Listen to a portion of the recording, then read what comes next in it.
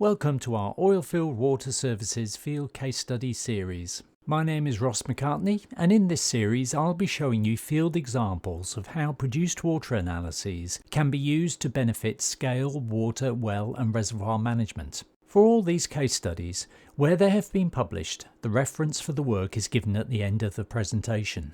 In a previous presentation, you learned that the location of a casing leak in a well can be identified from produced water analyses. In this presentation, you'll learn how produced water analyses were used to infer the presence of a casing leak in a well, but in this case the location was not discovered until a workover was actually undertaken. This field case study is from the Al Khalij field in offshore Qatar. The wells are producing from the upper Mishrif formation, whilst the aquifer is located in the lower Mishrif formation. This field is underwater flood, with the injection water being taken from a shallower aquifer, the Raduma or UER, and more recently produced water has been re-injected.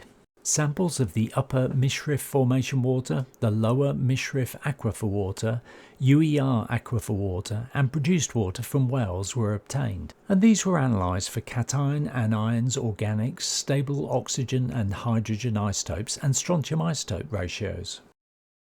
For the production well that was the subject of this study, after a period of steadily increasing water cut, an abrupt increase occurred. The well was initially shut in, but when they tried to restart the well, after a period of two-phase flow, only water was being produced. Prior to the sudden increase in water cut, the produced water composition was as expected for the Mishrif formation water. But after the sudden increase, the produced water composition changed. This new composition was compared with those waters that could have been produced from this well.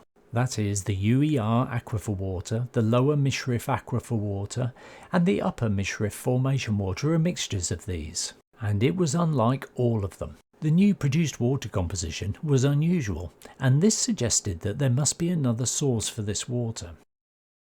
Based on these results, it was suspected that there was a casing leak in the well, so a casing leak repair workover was planned and undertaken.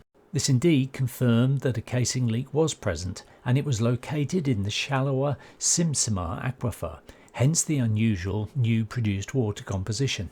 So the casing leak was repaired during the workover, and the well was then successfully placed back on full production.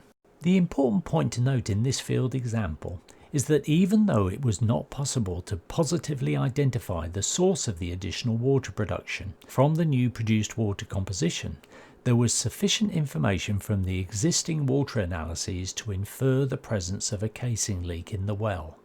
No further data acquisition was necessary.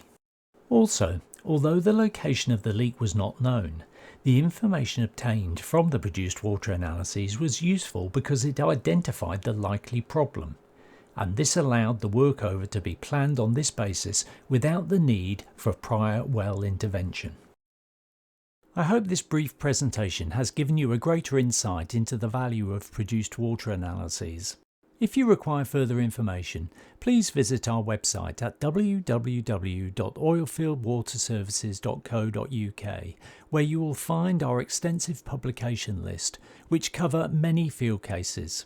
You can also contact me via my email on ross@oilfieldwaterservices.co.uk. Don't forget to subscribe if you want to see more videos from us on the uses of produced water and formation water analyses in the oil industry. Thank you for your attention, and I hope that we can be of service to you soon.